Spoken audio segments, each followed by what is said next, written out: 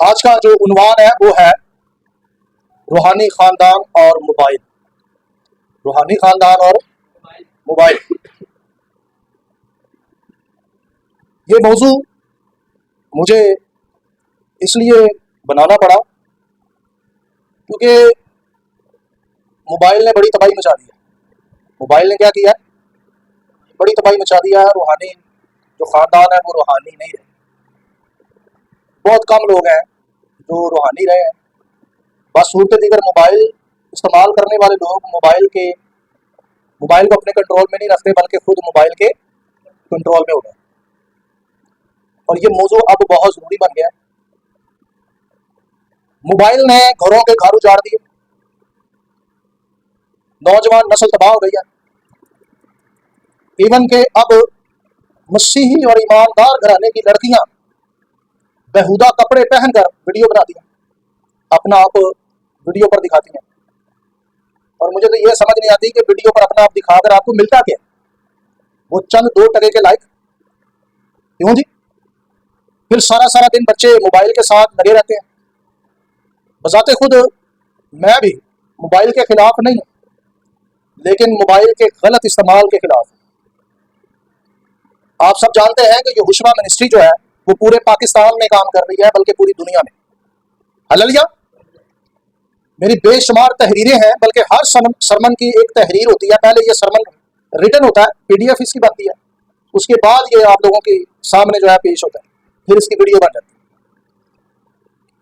है। और हालांकि मैं चाहूं तो लैपटॉप पर भी लिख सकता हूं, ठीक है ना जी? क्योंकि जब मेरे पास लैपटॉप नहीं था तो मैं राइटिंग जो था वो सारी मोबाइल पर करता था। जितनी भी राइटिंग करता था वो किस पे करता था? तो वो मेरे जो हाथ हैं वो उस पर टिक गए। अब जो स्पीड मेरी मोबाइल पर है वो लैपटॉप पर नहीं रही। तो आप लोगों ने मेरी तहरीरें पढ़ी हैं। लोग कहते हैं कि आपकी तहरीरों ने मसीही हल्के को हिला के रख दिया। और मैं आपको बताऊं कि वो सारी तहरीरें मैंने सिर्फ मोबाइल पर लिखी। किस पर लिखी है? मोबाइल पर। लेकिन अफसोस कि इस मोबाइल ने बच्चों की एजुकेशन, बच्चों की जिंदगी, दुआ गो लोगों की दुआया जिंदगी, बाइबल स्टडी, ये सब तबाह करके रखा। क्या मैं सही कह रहा हूं? हम आवाज होकर बता दें। हाँ जी,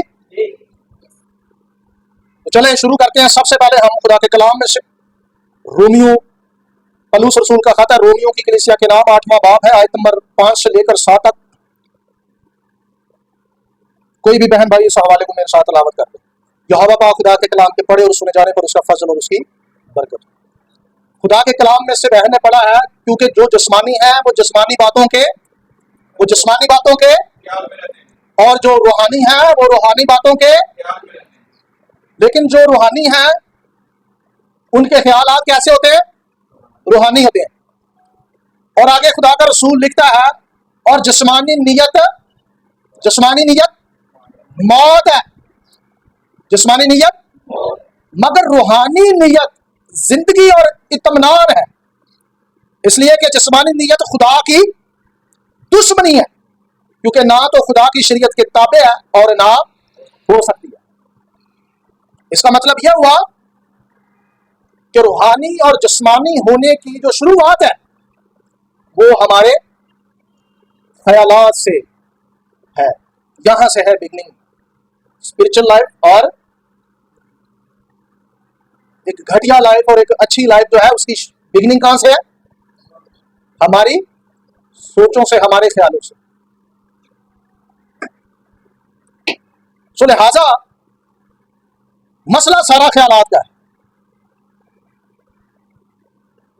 किसी भी इंसान के अच्छे और बुरे होने की बुनियाद उसके ख्यालात है, और ख्यालात की बुनियाद हमारी आंखें हैं। क्योंकि जैसा हम देखते हैं वैसा ही ख्यालात हमारे दिलो दिमाग में पैदा होते हैं।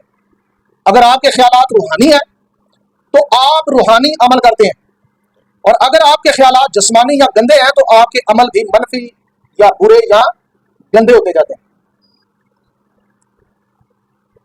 लिहाजा हर शख्स की ख्वाहिश है कि उसके बच्चे रूहानी हो, वो नशाबाज ना हो, वो हमारी ताबेदारी करें, हमारे घर का माहौल रूहानी हो। बाज मर्द चाहते हैं कि उनकी औरतें खुदा परस्त हो, और बाज औरतें चाहती हैं कि उनके मर्द खुदा परस्त हो। लेकिन अफसोस से कह रहा हूं कि ऐसा मुमकिन बाज़-औक़ात नहीं होता। तो आखिर हमारे खानदान रूहानी तौर पर मजबूत क्यों नहीं होते? हमारे बच्चे मोबाइल फोन के गुलाम बनते जा रहे हैं, जिससे रूहानी और जिस्मानी और जहनी और नफ्सियाती और समाजी और माशी निज़ाम बर्बाद हो रहा है। अगर हम थोड़ा सा अपने बच्चों का जायजा लें, तो क्या आपको नहीं लगता कि जब से मोबाइल का दौर आया है, तब से रूहानी, जहनी, नफ्सियाती और माशी और समाजी और इज़्दिवाजी तौर पर घराने तबाही की तरफ गामज़न है? क्योंकि ऐसा ही है कि नहीं? ऐसा ही है। यानी इतना ये खतरनाक हो चुका है ये मोबाइल, इतना इतना ये मोबाइल खतरनाक हो चुका है। तो ये मोबाइल जब आप पूरा दिन देखते रहते हैं, तो ये आपके क्या बनाता है? आपके क्या बनाता है? ख्याल। मैं आपको बताऊं, ये हुजते करने वाले जो कलीसिया के अंदर पैदा हो गए हैं, हर वक्त जुगते करते रहना, ये कहां से बन गए? ये टिकटॉक से। कहां से? टिकटॉक से। ये गंदी गंदी हरकतें करना, ये घटिया हरकतें करना, तो ये सारा कुछ कहां से आता है? कहां से आता है जी? मोबाइल से। ये सारा कुछ बच्चों ने कहां से सीखा है? ये मोबाइल से सीखते हैं बच्चे, और वो समझते हैं कि हम हंस रहे हैं, खेल रहे हैं, जबकि बच्चों की जिंदगी क्या हो रही है? तबाह बर्बाद हो रही। तो ख्यालात बचपन से ही बच्चे के गलत होना शुरू हो जाते हैं। बचपन से ही बच्चे के ख्यालात क्या हो जाते हैं? गलत होना शुरू हो जाते हैं। तो लिहाजा इंटरनेट और मोबाइल या कंप्यूटर हमारी सहूलत के लिए है, आपके कुछ बनने के लिए है, आपको गंदा बनाने के लिए ये माँ बाप आपको चीजें लेकर नहीं देते, आपको घटिया बनने के लिए ये चीजें लेकर नहीं देते। या उन बच्चियों को ये माँ बाप इसलिए मोबाइल नहीं लेकर देते कि आप नंगी होकर मोबाइल पर वीडियो बनाकर लोगों को अपना जिस्म दिखाना शुरू कर दें। सो माँ बाप को जलील करना शुरू कर दें, जिन्होंने आपको पढ़ाना, लिखाना, खाना, पिलाना, आपके कपड़े, आपको पैदा किया। क्या एक बाप या एक माँ 50-60 हजार या 1.5 लाख 3 लाख का मोबाइल आपको इसलिए लेकर देता है कि आप दुनिया के सामने नंगे हो जाए? क्यों जी? बोले क्यों जी? बच्चे होते 100 सारे। क्या आपका माँ बाप ये इतने पैसे इसलिए लगाता है कि आप सारा दिन उसके गुलाम बन जाए, आपकी एजुकेशन तबाह हो जाए, आप बर्बाद हो जाए? मैं दावे से कहता हूं कि एक मैट्रिक पढ़े लिखे बच्चे को ये मोबाइल, ये बाइबल पकड़ा दें, उसको बोले आप खड़ा होकर उर्दू में एक हवाला, एक चैप्टर पढ़कर सुना, क्या आप कॉन्फिडेंस से कह सकते हैं कि वो ये आसान उर्दू पढ़ लेगा? पढ़ लेगा जी? वो आपका बच्चा हो या मेरा बच्चा हो, मैं कहता हूं कि अगर वो नील है, उसे पब्लिक में ही उसको ओपन करोगे तो कितना काबिल है। उसको दो जिम्मेदारी की तरह पता तो चले कि तूने जो सर्टिफिकेट लिए हुए हैं वो किस चीज के लिए हुए हैं।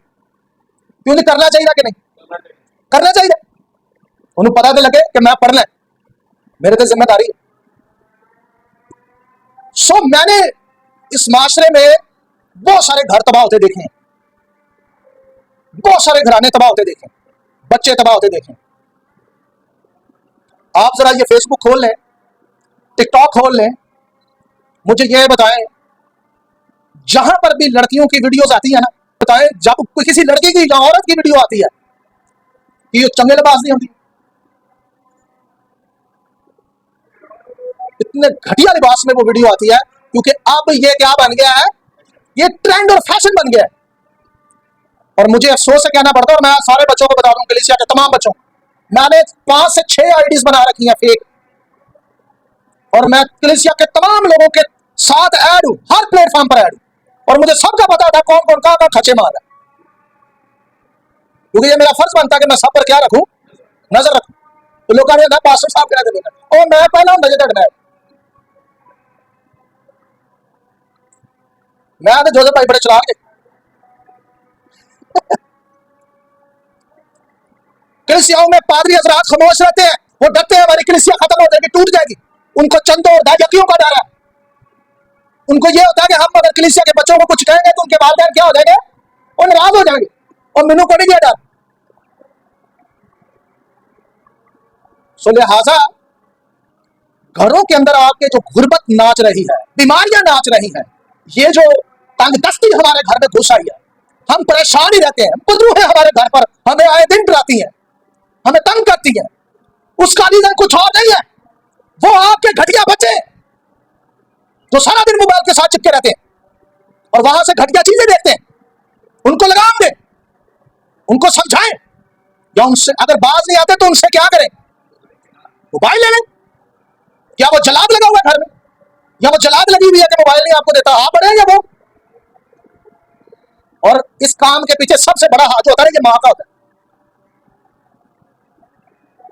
मां लाड देती, मां लाड देती सारे दे। देखो जी, अच्छा यार केरे को मोबाइल है,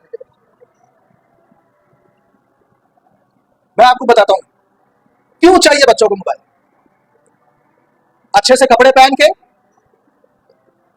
टिकटॉक होकर, और मोबाइल जेब में नहीं रखना, पब्लिक के अंदर।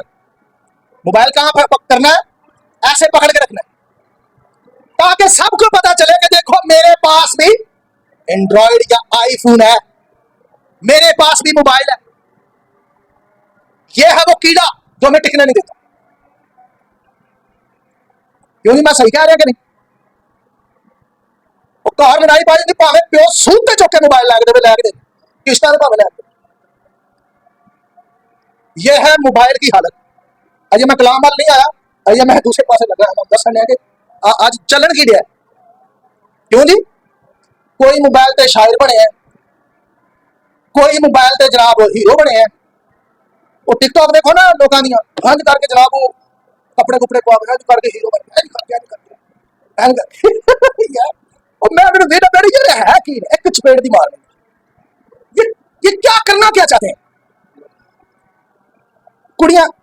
शीशे से खलोगे ना, शीशे से अच्छा अपने घर कैमरा नहीं मारना, सीधा शीशे तक खलोगे नाल अपने आप वेंदियां नहीं है कि मैं वीडियो बना दी कैंच दी लग रही उन्हें नाल वीडियो बनानी है, नाल उन्हें एंजन कर, नाल पीछे को गाना ला देना, नाल एंजन कर, फिर नाल अपने झुमके भी वहाने ने, नाल उन्हें अपना सारे कपड़े भी वहाने ने, नाल उन्हें अपना सिंगार भी वहाना है।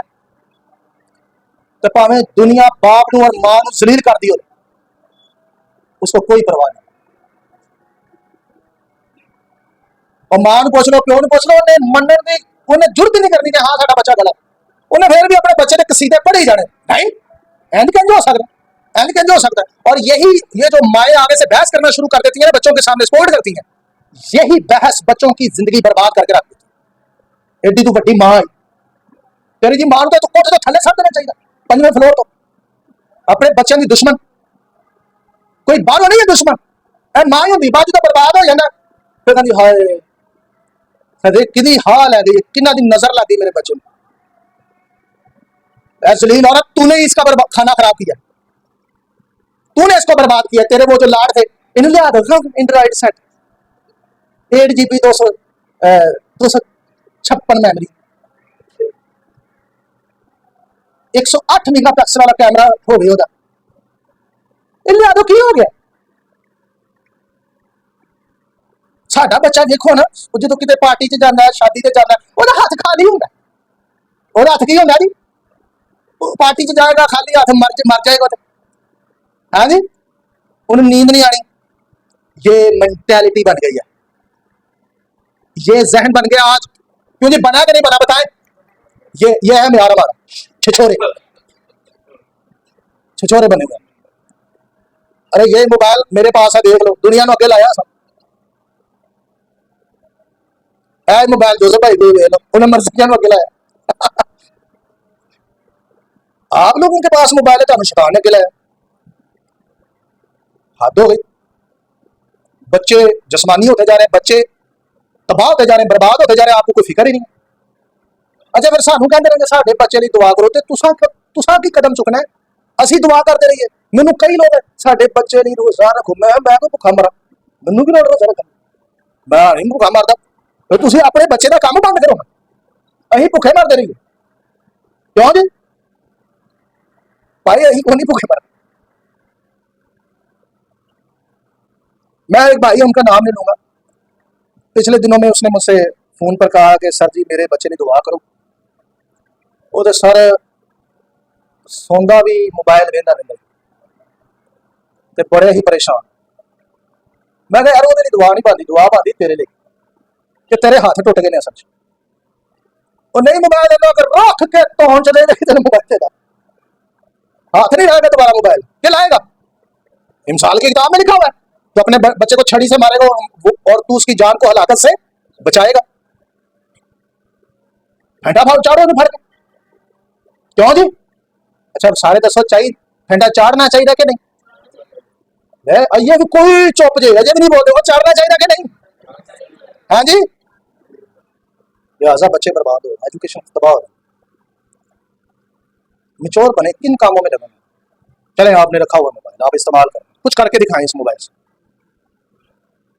वो खिदमत का काम करके दिखाएं कोई तो कारनामा दिखाएगा इसके जरिए से क्यों जी जिन ममालिक ने इन चीजों को बनाया वो देखें क्या से क्या बने उन्होंने अपने मुल्कों को अपने अपने घरानों को अपने कबीलों को अपनी अपनी कंट्री को कहां से कहां पहुंचाया हुआ वो त्याडे अगर होंगे ना तो तबाह हो जाए देखिए छुरी मैं अक्सर मिसाल देता हूँ छुरी जो होती है इससे आप क्या करते हैं अपने घर में क्या करते हैं बुलंद आवाज से बताएं और फल फ्रूट सब्जी वगैरह ये सब इससे काटते हैं तो जो है सब्जी वाली छुरी जी है ਇਹਦਾ ਤੁਸੀਂ ਗਲਤ ਇਸਤੇਮਾਲ ਕਰਨਾ ਸ਼ੁਰੂ ਕਰ ਦਿਓ ਇੱਕ ਦੂਜੇ ਦੇ ਢਿੱਡ 'ਚ ਮਾਰਨਾ ਸ਼ੁਰੂ ਕਰ ਦਿਓ ਤੇ ਫਿਰ ਕੀ ਹੋਏਗਾ ਤੇ ਛੁਰੀ ਬਣੀ ਕਿਸ ਮਕਸਦ ਲਈ देख लो तुझे गलत इस्तेमाल नहीं करना ये जो मोबाइल जिस मकसद के लिए बना है ना उस मकसद के लिए इसे इस्तेमाल करें टेक्नोलॉजी के जरिए से आप बहुत सारे काम कर सकते हैं कि नहीं आप यकीन करें मेरी बीवी की आज तक आपने तस्वीर नहीं देखी होगी सोशल मीडिया पर ये मेरी जो छोटी बच्ची है यारून जो है इसका इन्होंने टिकटॉक अकाउंट जो बनाया हालांकि ये अभी इसकी उम्र 5 साल हुई है ये जब 3 साढ़े 4 साल की थी जब ये बोलना शुरू की तो पहले तो मैं खामोश रहा फिर मैंने सोचा मैंने कहा ये जब बड़ी होती जाएगी तो ये तो इसकी आदी हो जाएगी तो फिर मैंने इनको कहा कि आपने टिकटॉक पर इसकी वीडियो नहीं चलानी किसी भी अकाउंट पर इसकी वीडियो नहीं चलानी हमने बंद कर दिया अगर ये तो छोटी सी बच्ची है अगर हम इसकी चढ़ाएं भी तो क्या मसला है कोई मसला नहीं लेकिन हम नहीं चढ़ाते हम कहते हैं ये बीज है जो यहां से बोना शुरू करेंगे और आखिरकार ये तना मार क्या बन जाएगा दरख्त बन जाएगा और ये बच्ची इसके बगैर रह नहीं सकती ये आदी हो जाए मैं विजिट पर निकलता हूँ लोगों के घरों में जाता हूँ रात जब रुकता हूँ तो मैंने बच्चों को देखा सारी रात वो मोबाइल के साथ चिपके रहते हैं माँ बाप खराड़े मार रहे होंगे पता ही नहीं होता खराटिया ने पए होंगे उन्होंने पता ही नहीं होता साढ़े बच्चे की करने ये मोबाइल ने तबाह करके रख दिया नस्ल को इंटरनेट और मोबाइल और कंप्यूटर हमारी सहूलत के लिए मोबाइल से आप यहोवा खुदा का काम कर सकते हैं स्टडी कर सकते हैं कारोबार कर सकते हैं तहकीक कर सकते हैं एक दूसरे से एमरजेंसी राब्ता कर सकते हैं बहुत कुछ अच्छा हो सकता है लेकिन हमने इसको फैशन शौक और अपनी जिंदगी बना लिया आज मोबाइल फोन ने माँ बाप बहन भाइयों और खुदा की जगह ले ली है यहां तक कि बच्चे मोबाइल की वजह से अपने बड़ों का एहतराम भूल गए हैं तुसी कभी तजर्बा किया नहीं होना है एक बच्चा मोबाइल से लगा है जी और मोबाइल से लगा है बड़ा रुझा है उनको वो ओ बच्चे पानी का गिलास लिया अच्छा जी लेना वो लगा दड़ा था वो दिल करे की जो बुरकी लगी है खाना खाने वो नहीं करता उन्होंने फिर कहा ओए बच्चा पानी लेके अच्छा जी लेके आया बस आया है मैं 2 मिनट आया उन्हें मोबाइल ने मुझे जान ही नहीं देना आपने कभी तजर्बा किया ऐसा होता है कि नहीं मोबाइल ने कहना ए तेरा अब्बा नहीं है तेने बस पैदा किया और मैं तेरा अब्बा मैं वा इतने लगा रहा वो बस लगा ही रहना ओ पानी तो कम गया लिया आ रहा था क्या रहा मैं लिया आ रहा मैं तो मेरी बात नहीं सुनी कोई दूसरा वो बाप बन जाता है बच्चों को मैंने बदतमीजी करते देखा है बच्चे आगे से बकवास करना शुरू कर देते हैं ये मैंने खुद अपने कानों से और अपनी आंखों से देखा बच्चों को बदतमीजी करते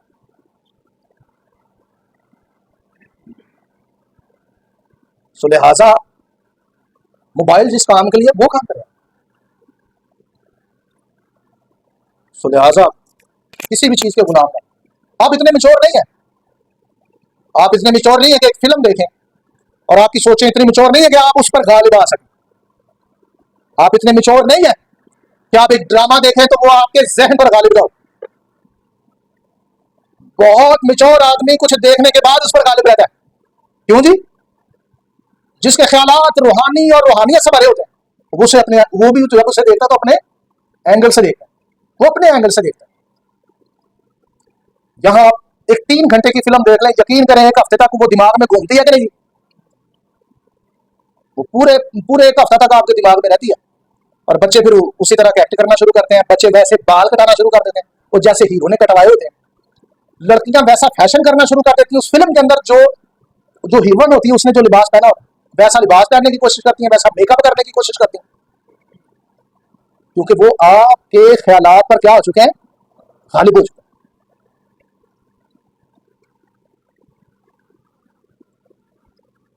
यहां तक कि बच्चे मोबाइल की वजह से अपने बड़ों का एहतराम भूल गए और बड़े अपने से छोटों को शफकत से मुखातब ही नहीं करते। मोबाइल फोन की वजह से क्या बड़े क्या छोटे सब चिड़चिड़ेपन का शिकार हो गए, और हर दूसरा शख्स एक दूसरे को कुत्ते की तरह काटने को दौड़ता है। मैं ऐसे सरमन देता नहीं हूं, आप सबको पता है, लेकिन ये मैं बड़े गुस्से में दे रहा हूं। भाई तबाह ना जा रहा है सारा निजाम। ले लें अपने बच्चों से मोबाइल वापस, अगर बच्चे सुधरते नहीं है। इनको मोबाइल के नजदीक ना आने दें, इनके हाथ में बाइबल दें, स्कूल की किताबें दें, उनको बोलें ये पढ़े। अजी अपने बड़े कमरे जो है ना, जो वो मैं एक दिन लैपटॉप पे पढ़ रहा है सैफरिया के जो रूबंदी किताब पढ़ रहा, तो बड़ी मजे की गल आई। मैं क्या ये शुरू ने तेरे पढ़ने लिया पढ़ रहा, मैं लैपटॉप अपने मुंडे को पढ़ाता, मैं क्या पढ़, ये पढ़ता रहा, तो ये अब बाइबल पढ़ना शुरू हो गया, किताबें बाइबल के मतलब पढ़ना शुरू हो गया। उसका असर यह हुआ कि आज ये अंग्रेजी कोचिंग सेंटर गया हुआ था, खुद मेरे कहने के बगैर इंग्लिश सीखने वाले वो इंस्टीट्यूट में गया हुआ, और आप देख लें कि इधर मीटिंग भी आज इसने प्रोसाइड की, ठीक है ना। तो जब आप सारा दिन मोबाइल में लगे रहेंगे, कुछ पढ़ेंगे नहीं, तो आपके ख्यालात तब्दील नहीं होंगे। आप बाइबल की तरफ नहीं आएंगे, मुकद्दस किताबें नहीं पढ़ेंगे, तो आपके ख्यालात बिल्कुल मूव नहीं होंगे। क्या होंगे? कभी नहीं होंगे। ये जंग है, हर बच्चे के साथ है, लेकिन ये माँ बाप ने नजर रखनी। बारू का समझी, अगर आपने किसी को कोई ऐसा काम कह दिया जिसकी वजह से किसी को मोबाइल बंद करना पड़ रहा है, तो मैंने देखा है कि लोग बदतमीजी पर उतर आते हैं, ऐसे जैसे कोई इंसान नहीं बल्कि कोई जानवर या संडा बात कर रहा है। उन्हें बाल आती है, खोता नहीं जिन्हें पुकार रहा, इस किस्म की उसकी हालत हो जाती है, वो जानवर की तरह बन जाता है। इसलिए देखें लोगों का एटीट्यूड, बच्चों का एटीट्यूड बदलता जा रहा है, तब्दील होता जा रहा है, उनके रवैये में तब्दीली आती जा रही है।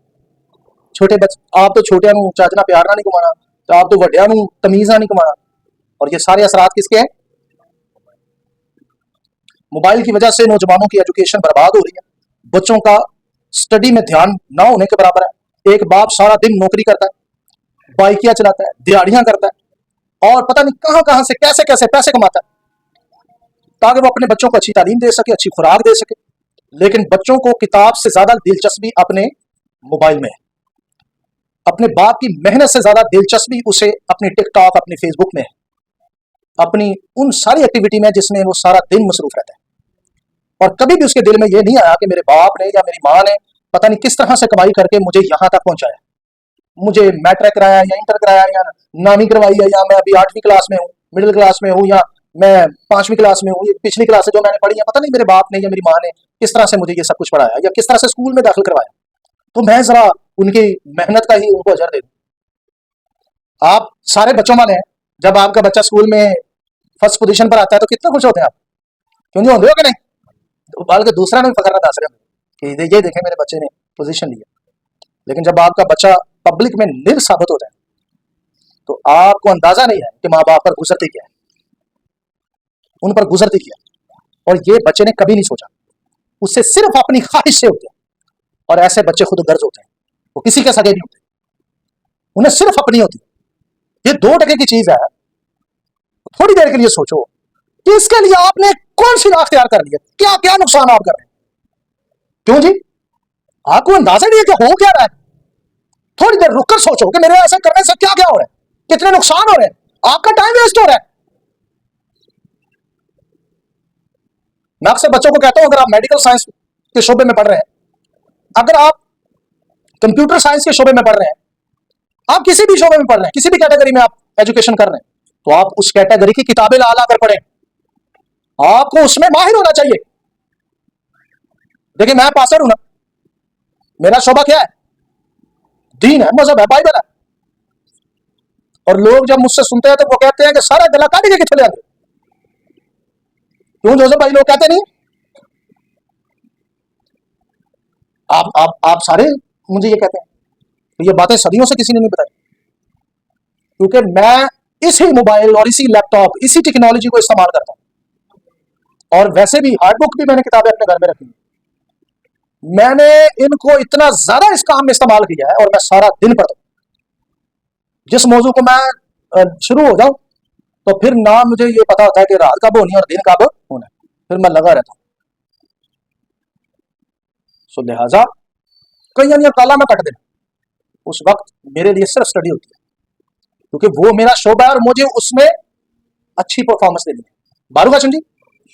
अच्छा, मुझे एहसास होता है कि लोग मुझे डाइट देते हैं, लोग अपनी दयगी देते हैं, अपने हदिये देते हैं, लोग सीखने आते हैं अपना वक्त निकाल कर। तो जब मैं रटियां रटाइयां गला बार बार दसनिया का फायदा नहीं, जो बचपन से लोग सुनते आ रहे हैं, तो मेरा फर्ज बनता है कि मैं उनकी ये सारी जो मेहनत है, उनकी जो नजरें हैं, उनके जो हदिये हैं, जो इसलिए वो देते हैं कि मैं खुदा का काम करूं, तो मैं उतनी ही लगन से उस पर काम करता हूं। बच्चे को भी सोचना चाहिए, एक रूहानी घराने को भी ये सोचना चाहिए कि खुदा ने हमें ये नेमतें दी हैं, या मेरा बाप या मेरी माँ मुझ पर ये खर्च करते हैं, तो मुझे इसका रिस्पॉन्स देना है, मुझे इसका रिप्लाई देना है मेहनत करके। इसका जवाब मेहनत है। बच्चा कहता हो जी मैं तो अपना होमवर्क कर ले, होमवर्क काफी नहीं है, अपने शोबे में हीरो बन जाओ। हालेलुया। क्या किसी भी शोबे में जब आप पढ़ रहे होते हैं, किसी भी कैटेगरी में, क्या उसके मतलब वही किताबें होती हैं जो स्कूल की होती हैं? बताएं जी। नहीं,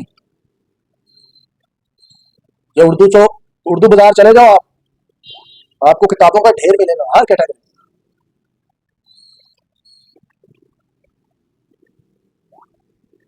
सो लिहाजा कदर करनी चाहिए जी माँ बाप की कि वो आपको पढ़ा रहे हैं। लोग ज्यादा वक्त अपनी बाइबल के साथ या यहोवा खुदा के साथ नहीं गुजारते हैं, बल्कि वो मोबाइल फोन के गुलाम होते हैं। मैंने ये देखा है कि लोग अपने मोबाइल की वजह से बेदुआ हो चुके हैं। शैतान जानता है कि दुआ एक ऐसा हथियार है जिससे घरानों के माहौल खुशगवार और रूहानी तौर पर बेहतर होता है। यहोवा खुदा से बात करने का तरीका दुआ है, जिसको इस वक्त हमारा मोबाइल खत्म कर चुका है। इस हथियार पर कौन गालिब आ गया? नहीं, मोबाइल। शैतान दे घर ना लड़ता नहीं, उन्हें मोबाइल देता। क्यों जी? वो अंदर फड़ो, लगे रहो। मोबाइल लोगों के लिए इतना अहम है कि लोग अपनी दुआया तरतीब उसकी वजह से खराब कर चुके हैं। आप लोगों के घरों में विजिट करें और चंद दिन उनके साथ रहें तो आपको अंदाजा होगा कि लोग सुबह उठते ही मुंह धोने से पहले अपने मोबाइल का दीदार करते हैं। क्यों नहीं कर देने? और फौरन फौरन से टिकटॉक या फेसबुक या यूट्यूब खोलते हैं। और नवी टिकटॉक के लिए बाइबल के मुताबिक या मुकद्दसीन के मुताबिक दिन में 3 वक्त कम अज कम दुआ करना लाजमी है, लेकिन इस मोबाइल फोन ने कलीसिया को एक वक्त की दुआ भी करने के काबिल नहीं छोड़ा। बाइबल में लिखा है कि दानियल 3 बार दुआ करता था। कितने बार? दानियल की किताब उसका 6 बाब आयत नंबर 10 में लिखा है, और जब दानियल ने मालूम किया कि उस नविश्ता पर दस्तखत हो गए तो वो अपने घर में आया और उसकी कोठरी का दरीचा यरूशलेम की तरफ खुला था। वो दिन में 3 मरतबा हस्बे ममूल घुटने टेक कर खुदा के हुजूर दुआ और उसकी शुक्रगुजारी करता रहा। अगर आप दानियल की दुआ का नतीजा देखें तो दानियल को 70 हफ्तों का भेद मिला, और यहोवा खुदा ने वो सब कुछ दानियल को बताया जो इन 70 हफ्तों में होना था। वो 3 दफा दुआ करता था, उसका नतीजा क्या निकला? कि उसे 70 हफ्तों का सीक्रेट दिया गया, और वो उसे सब पता था कि 70 हफ्तों के अंदर अंदर क्या होना। अगर आप अपने घरों में दुआ करें तो बताएं क्या होगा, कैसी बेदारी आई, किस तरह का माहौल आपके घरों में होगा। हालेलुया। आपके बच्चे कितने काबिल होंगे। बारू काशिम। तो जो लोग अपने घरों में दुआ ही नहीं करते, अपने बच्चों को दुआ में नहीं बिठाते, उसके पीछे मोबाइल है। ਜਿਹੜੀ ਮਾਂ ਆਪ ਸਾਰਾ ਦਿਨ ਮੋਬਾਈਲ 'ਚ ਲੱਗੀ ਰਹਿੰਦੀ ਹੈ, ਜਿਹੜਾ ਬੰਦਾ ਆਪ ਸਾਰਾ दिन मोबाइल 'ਚ ਲੱਗਾ ਰਹਿੰਦਾ, टिकटॉक ही सिर्फ वेंदा रहता है, वो तो बजाय रखा। लेकिन अफसोस है कि हमारे लोगों को दुनियावी मामलात और बाइबल की जरूरत ही नहीं रही। दुनियावी मामलात में जो वो पड़े हुए हैं, हमारे लोग दुनियावी मामलात और मोबाइल की मीम से फुर्सत ही नहीं है उनको। वो इन 70 हफ्तों की असल तकमील जानना ही नहीं चाहते।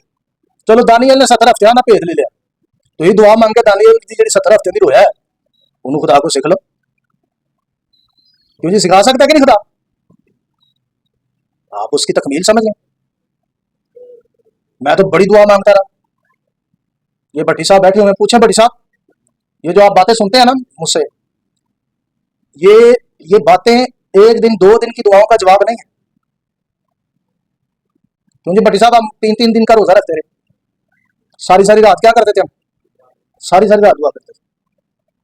और दुआ में सबसे बड़ी चीज जो मांगते थे वो क्या मांगते थे? कलाम, खुदा का कलाम मांगते थे।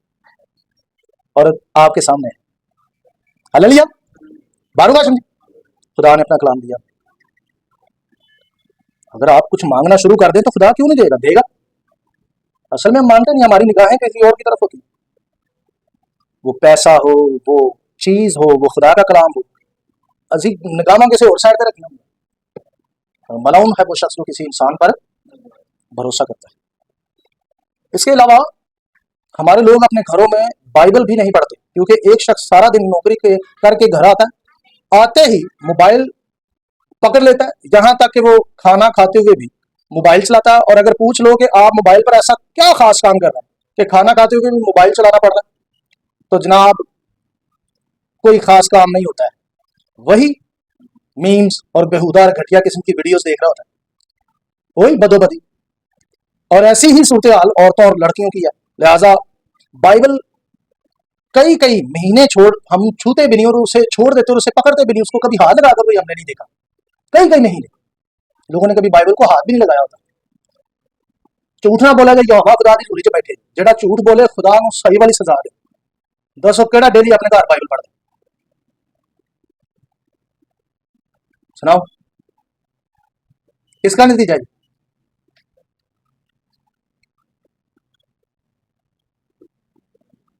बाइबल पढ़ने की बात तो दूर की है, हम बाइबल को छूते भी नहीं। जबकि बाइबल कहती है कि यहोवा खुदा का हुक्म है कि दिन रात तुझे मेरी शरीयत का ध्यान रहे।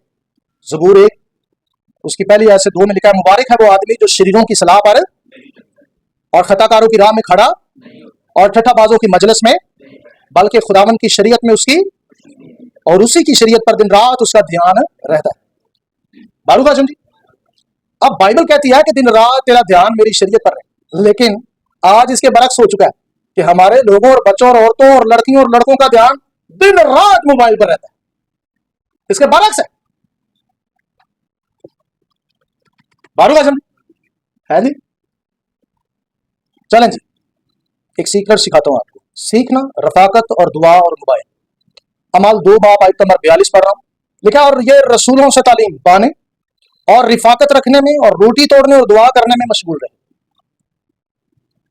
आपको यह मानना पड़ेगा कि मोबाइल फोन की वजह से लोग ना दुआ करते हैं और ना बाइबल सीखते हैं और ना ही कलीसिया के साथ रिफाकत करने के लिए वक्त निकालते हैं, क्योंकि सारा वक्त हम अपने मोबाइल को देते हैं। सारा दिन ड्यूटी करते हैं और शाम को जब हम घर आते हैं अपने घर के काम कूम करके, जबकि चाहिए हमें कि हम एक दूसरे के साथ क्या करें? रिफाकत करें। कलीसिया एक दूसरे के यहाँ जाए, मिले गिले, रिफाकत करें। हम क्या करते हैं? मोबाइल निकालते हैं और बिस्तर पर लेट जाते हैं, बस फिर मैं मत फिर मेरा मोबाइल। ये जरूरी काम है बस, और रूहानी जिंदगी वहीं की वहीं स्टॉप है। मोबाइल की वजह से लड़के लड़कियां ज़नाकार, हरामकार बनते जा रहे हैं, सोचें नापाक होती जा रही हैं, फहाशी और बेहयाई आम होती जा रही है, जिसका शिकार कलीसिया भी हो रही है। और मैंने बहुत सारे कलीसिया के बच्चों को, पेंटिकॉस्टल बच्चों को भी देखा, मैंने मैसियानिक बच्चों को भी देखा, ठीक है, अपनी कलीसिया के भी बच्चों ने देखा।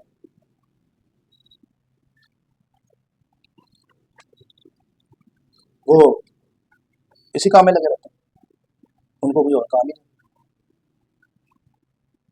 आपको पता है, औरत का सच सवर कर किसी गैर मर्द के सामने आना बाइबल के मुताबिक ज़िनाकारी है। बाइबल के मुताबिक क्या है? आपका बच्चा तो किसी मर्द को या किसी औरत को छूने से पहले ज़िनाकार बन जाता है। जब कोई औरत सज सवर कर किसी गैर मर्द या गैर किसी लड़के या किसी गैर शख्स के सामने आती है और सिर्फ उसके लिए श्रृंगार करती है, पब्लिक के लिए श्रृंगार करती है, तो आपका बच्चा उसी दिन ज़िनाकार बन गया। तूफान नूह क्यों आया? सारे बोले। तूफान नूह इसी वजह से आया क्योंकि आदम की बेटियों ने क्या किया हुआ था? श्रृंगार किया हुआ था। बुक ऑफ नूह पढ़ लें, बुक ऑफ पेट्रियार्क्स पढ़ लें, रोबन की किताब, रोबन का अहदनामा पढ़ें। रोबन लिखता है कि जो फरिश्ते जमीन पर आए थे जंग रोकने, लड़ाई रोकने, लोग तो कहते हैं जी वो गिरे थे, गिरे बुरे नहीं थे, वो भेजे गए थे जंग रोकने के लिए, और वो आए थे इंसानी जिस्मों में। किसमें? इंसानी जिस्मों में आए थे, इसीलिए उनके अंदर ये ख्वाहिश पैदा हुई। अगर वो सिर्फ फरिश्तों की हालत में आते तो कभी भी ये ख्वाहिश उनके अंदर ना आती। तो वो इंसानी जिस्मों में उतरे थे जमीन पर, क्योंकि उन्होंने जमीन पर रहना था। ये 200 फरिश्ते भेजे थे खुदा ने। जब वो जमीन पर आए, ये माइक बंद करते हैं, डबल आवाज आ रही है। जब वो जमीन पर आए तो औरतों ने क्या किया? श्रृंगार किया हुआ था, और ये उनके लिए एक पहला तजर्बा था इंसानी जिस्म में किसी औरत को देखने का। और जो एक इंसानी जिस्म के अंदर होता है ना जी, ये सारी चीजें उनके अंदर थी। उन्होंने क्या किया कि उन औरतों के साथ नाजायज शादियां की, और उनसे फिर नेफिलिम पैदा हुए। कौन पैदा हुए? कुछ लोग इन 200 फरिश्तों को नेफिलिम कहते हैं। ये 200 फरिश्ते नेफिलिम नहीं थे, बल्कि इनसे पैदा होने वाले बच्चे नेफिलिम थे। और जमीन पर गंद फैलना शुरू हो गया, और फिर तूफान नूह आ गया। ले जी, शुरुआत औरत ने की। औरत है इसकी बेस, इस तूफान की। जब कोई औरत, ये हमने क्यों कलीसिया में लोगों को कहा कि जी आप औरतों को कहा कि जी आप जब इबादत पे आती हैं, इसके बड़े नुकसान है मेकअप के। एक तो खुदा आपसे नाराज हो जाता है, दूसरी चीज आपको पता है कि मेकअप के अंदर बहुत गंदी चीजें पड़ती हैं। इसके अंदर जो मटीरियल होता है ये बड़ा गंदा होता है। सुर्खी के अंदर सूर की चर्बी होती है, मैं कई बार बता चुका हूँ। लोशन के अंदर सूर की चर्बी होती है, ठीक है। और ये औरतें मेकअप करके ही बातों में जाती हैं, साहब लाड़ो तुसी ने आपने आपको गंदा गुंदा करके, और फिर आप मेकअप करके आ रही हैं, किसको दिखाने के लिए आ रही हैं? क्या वजह है? मतलब समझ से बाहर है, क्यों आई हैं आप मेकअप करके? क्या आपके जहन में सवाल उठता है? एक औरत मेकअप करके आई है, क्यों आई है? सवाल उठता है। रीजन क्या? पीछे को बेस तो होती है ना, मकसद होता है, ताकि वो सब में क्या नजर आए, सब उसकी तरफ मतवज्जा हो। तो याद रखें, औरत का श्रृंगार सिर्फ उसके शौहर के लिए और किसी के लिए नहीं है। और ये सारा कुछ कहां से औरतों ने सीखा है? मोबाइल से। जैसा माशरा वैसी औरतें क्या होती जा रही हैं? ढलती जा रही हैं।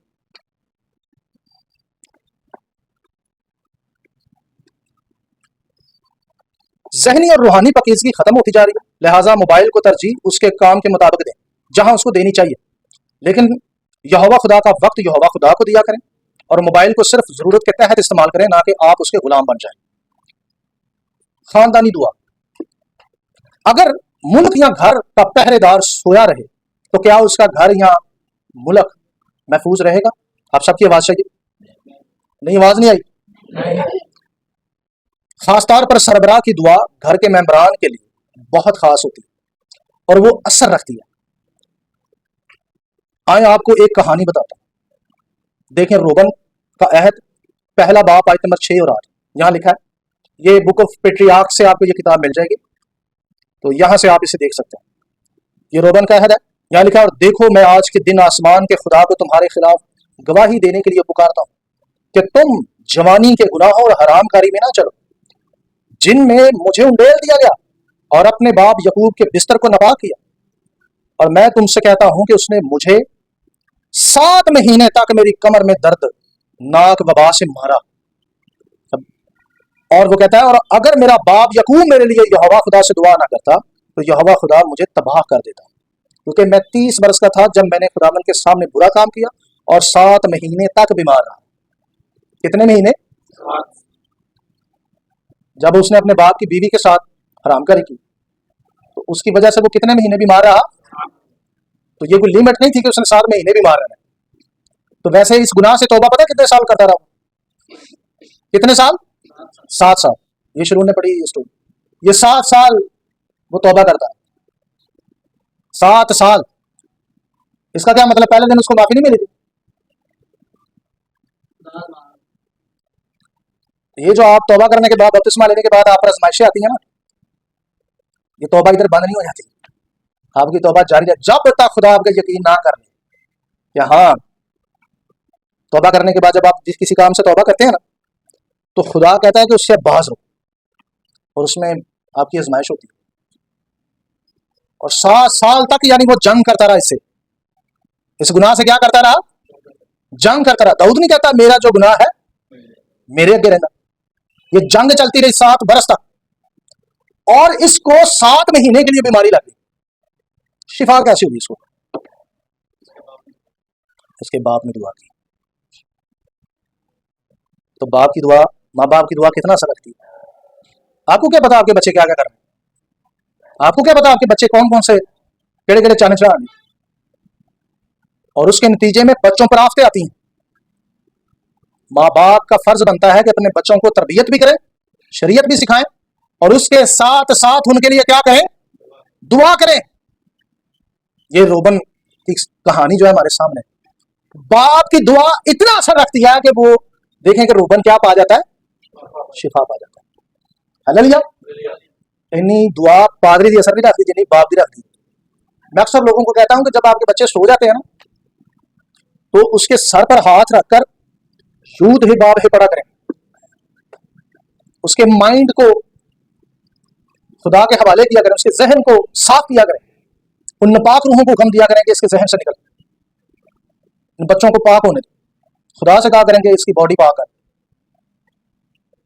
कई साल आप ये काम करें, कई सालों के बाद आपको इसका रिजल्ट नजर आएगा। लोग एक बारी 2 बारी करके थक जाएंगे, नहीं, ये जंग है जो बंद नहीं होती जल्दी। एक चीज नोट कर लें, यहोवा खुदा ने यकूब की दुआ से रोबन को शिफा दी। क्या आपने कभी अपने बच्चों के लिए दुआ की?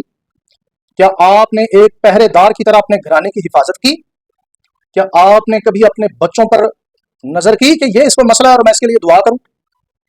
क्या आपने अपने बच्चों को कभी तरबियत की? क्या अपने बच्चे से कभी आपने मोबाइल छीना पका पका, या मोबाइल छीन कर उसे कभी समझाया कि ये काम नहीं करना, ये करना? सो लिहाजा एक वालिदैन जब दुआ करता है तो वो समझे अपने बच्चों को क्या करता है, बहुत सारे मसाइल से बाहर निकालता है। हालेलुया जी। इसलिए ये जो मसाइल आपके खत्म नहीं ना होते बाज़ दफा, वो इसलिए नहीं होते क्योंकि ना तो माँ बाप दुआ करता है और ना ही बच्चे घर में दुआ घर में होती है। अब तुम देख लो, अक्सर मैं बहुत सारे लोगों जानना कि वो आ गए बाद च सो जाते, वो सुते होंगे क्यों भला? हुण तुसीं इत्थों ही अंदाजा लगा लो कि ना तो बैठ के कोई दुआ कर रहा है, ना कोई एक्टिविटी कर रहा है, सिंपल उन्हें कलाम सुनना होंगे, तो बैठा बैठा कितने पहुंचा होंगे। और मैंने गल याद आ गई है, वो दवाइयां मीटिंग होंदी हुंदी सी, तो ना नाइट प्रेयर दे विच ना एक साडा भाई वो सौ गया, असीं उहनूं ना हिलाया, उहनूं गया वो सजदे च सौ गया ना, सजदे च गया तो अच्छी सौ गया, उहनूं असीं हिलाया, उहनूं कहा भाई, वो भाई लड़ पांदा यार हद होंदी। मैं कहा की है, मैं गैर च गया यार तू मैनूं हिलाता यार ते जदी अखां असीं वेखिया नींद नाल लाल सुइयां, मैं कहा चंगा रह गया, मैं कहा सही भी नहीं सर आना नहीं, मैं तो गैरेज गया रोया देखण, मैं तो गैरेज मैं तो खुदा नाल गल कर रहा सी, तू ही मेरी रोया तोड़ती तो यकीन करो खराटिया की आवाज भी आ रही सी, छोटे छोटे खराटिया की आवाज आ रही सी, उन्हें अपना बचाव किया, बचाव कर खुर के खराटे भाई मार मूर के बाद नहीं मैं तो गैरेज गया या तो जीरा च मैं उतर गया, वो कहने का मतलब है उदों तो या तो जीरा पता है सानू भी नहीं पता की मतलब कहने का मतलब है मैं या तो जीरा च उतर गया और दुनिया च टुर गया, मैं कहा बाकी तो हो रही दुनिया च इतने नहीं सहता। तो ये हालत है कि आप सोचें कि जो लोग इबादत में सो जाते हैं उनकी घर की हालत होगी, वो घर में क्या करते होंगे, यहीं से आप अंदाजा लगाएं। चलें इब्रानी लफ्ज तफीला के मायने देखते हैं। ये इब्रानी में जो लफ्ज लिखा हुआ है ये है तफीला। ये क्या है? सारे देख लें, ये तफीला लिखा हुआ है। इब्रानी लफ्ज तफीला ये 4 हरूफों पर मुश्तमिल है, ताऊ, पे, लामद और हे। आज मैं इसके तस्वीरी मायने आपको बताता हूँ। ताऊ की तस्वीर तीनुमा है जिसका मतलब या अलामत अहद है। पे की तस्वीर इंसानी मुंह है, पे की तस्वीर और लामत की तस्वीर लाठी है जो कि इख्तियार की अलामत है, और हे की तस्वीर एक खिड़की है जिसमें से एक आदमी देख रहा है, जिसका मायने लिया जाता है देखो या देखना, देखो या देखना। ताऊ की तस्वीर तीनुमा है जिसका मतलब अहद है या अहद की अलामत है, और पे की तस्वीर इंसानी मुंह है, और लामत की तस्वीर लाठी है जो कि इख्तियार की अलामत है, और हे की तस्वीर एक खिड़की है और खिड़की में से एक शख्स देख रहा है जिसका मतलब है देख या देखो या देखना। अगर इनके मायनों को जोड़ लिया जाए तो इसका मुकम्मल जुमला यूं होगा, अहद मुंह से, मांग इख्तियार से और देखते रहो। अहद मुंह से, मांग इख्तियार से और देखते रहो। इन इन लफ्जों की तरतीब को अगर हम बनाएं तो यूं बनती है, अहद के मुताबिक मुंह से मांग इख्तियार के साथ और खुदा को देखता रहे या उसके बाद इंतजार करता रहे, उसके बाद क्या करता रहे। इसमें कुछ चीजें हैं, जरा नोट कर लें। ये व्हाइट बोर्ड पर है, ये क्या है, ताऊ। ये क्या है, ताऊ का मतलब क्या है, सबकी आवाज चाहिए, क्या है। लफ्ज तफीला यानी दुआ, तफीला का तर्जमा इब्रानी में जो तफीला लफ्ज है इसका उर्दू में तर्जमा क्या है, दुआ। दुआ लफ्ज जब आप बोलते हैं या जब आप दुआ करते हैं तो इसकी कुछ रिक्वायरमेंट है जिसकी तालीमात बाइबल में मिलती है। सो पहला हरूफ आपसे रिक्वायरमेंट पता क्या करता है कि दुआ करने वाला शख्स ऐसा हो जिसका खुदा के साथ अहद हुआ हो, जो खुदा के अहद में क्या हो, पाबंद हो। बसूरत दिगर उसकी दुआ किसी खाते में नहीं है, बसूरत दिगर वो तफीला नहीं है। मेरी बात को समझे आप लोग। आगे अगला लफ्ज है पे। पे की तस्वीर क्या है, मुंह। मुंह से मांगा जाता है, मुंह से क्या किया जाता है, मांगा जाता है। फिर लामत, लामत का मतलब क्या है, लाठी। लाठी की अलामत क्या है, इख्तियार। यानी आपने इख्तियार के साथ खुदा के हजूर दुआ करनी है। किसके साथ है, इख्तियार के साथ। आप जरा सुने, कौन इख्तियार के साथ खुदा के हजूर दुआ मांग सकता है।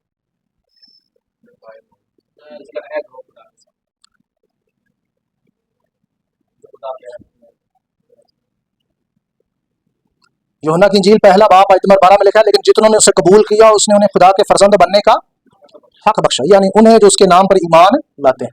आपको पता है कि ये जो यरून है, इसको कुछ भी चाहिए हो ना तो ये पराओं की तरह मेरे पास नहीं आती, बड़े इख्तियार के साथ आती है। और मैं अगर मना कर दूं तो फिर रोना शुरू कर देती कि मुझे दें आप ये चीज, मैंने ये मुझे चाहिए। ठीक है ना, मेरी बात को समझ रहे आप कि ये इख्तियार कैसा है। खुदा ने अगर आपको अपना फर्जंद बनाया है तो फिर ये है वो इख्तियार, ये वो हक है जो खुदा आपको देता है कि इख्तियार से मांग जा। बारूका समझी। तो खुदा का फर्जंद बनने के लिए क्या क्या जरूरी है, कलाम से पैदा होना। किससे पैदा होना, नए सिरे से पैदा होना, खुदा के कलाम से पैदा होना, यानी कलाम पर चलना, उसके हुक्मों पर अमल करना। तो तफीला लफ्ज के अंदर जो लामद हरूफ है, ये ईमानदार से रिक्वायरमेंट करता है कि खुदा के फर्जंद बनो। क्या बनो, क्योंकि यूहन्ना की इंजील उसके 9 बाब की आयत नंबर 31 में लिखा है, हम जानते हैं कि खुदा गुनाहगारों की नहीं सुनता, लेकिन अगर कोई खुदा परस्त हो, क्या हो, और उसकी मर्जी पर चले तो वो उसकी क्या करता है, सुनता है। यानी खुदा का बेटा, खुदा का फर्जंद बनाओ। तो ये हम बैठ तो जाते हैं दुआओं में, लेकिन हमने कभी नहीं सोचा कि क्या मेरा खुदा के साथ अहद है, क्या मैं उसके अहद में कायम हूं, क्या मैं खुदा का फर्जंद हूं, क्या मेरे पास ये अथॉरिटी है दुआ करने की, क्या मैं उसका बेटा हूं। तो ये चीजें सोच कर उसकी हुजूरी में जाया करें। बारूक हाशिम जी, तो यकीन करें जवाब आएगा। हालेलुया, यकीन करें घर का माहौल तब्दील होना शुरू हो जाएगा। यूहन्ना के खत में लिखा हुआ है, पहला यूहन्ना 5 बाब की आयत नंबर 14, और हमें जो उसके सामने दिलेरी है उसका सबब यह है कि अगर उसकी मर्जी के मुआफिक कुछ मांगते हैं तो वो हमारी सुनता है। अजीजों, निकलें ये मोबाइल वाली दुनिया से बाहर। आपको मैं ये नहीं कह रहा आप मोबाइल इस्तेमाल ही ना करें, नहीं, इसका गलत इस्तेमाल ना करें, इसके गुलाम ना बने, और बच्चों से तो ले ही लें तो बेहतर है। इसका इस्तेमाल खुदा के काम में करें, एजुकेशन के लिए करें, कोई कारनामा करके दिखाएं अपने लोगों के लिए, अपनी कौम के लिए, अपनी कलीसिया के लिए। हालेलुया।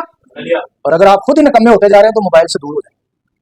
ये मोबाइल आपका दुश्मन है, और वो जो आपको मोबाइल से रोकता है वो आपसे असल में मोहब्बत करता है, इसलिए आपको रोकता है। और जो आपके हाथ में मोबाइल थमाता है ना, उससे बड़ा दुश्मन कोई भी नहीं है। मैं आपको सच्ची बात बताऊं, इसलिए थोड़ा सा होश करें, वापस आए अपनी रूहानी जिंदगी पर तवज्जो करें, बहाल हो खुदा के गुलाम। हालेलुया जी, हालेलुया। आए हम अपने कदमों पर खड़े हों, खुदा के हुजूर में वादा करें कि हम जी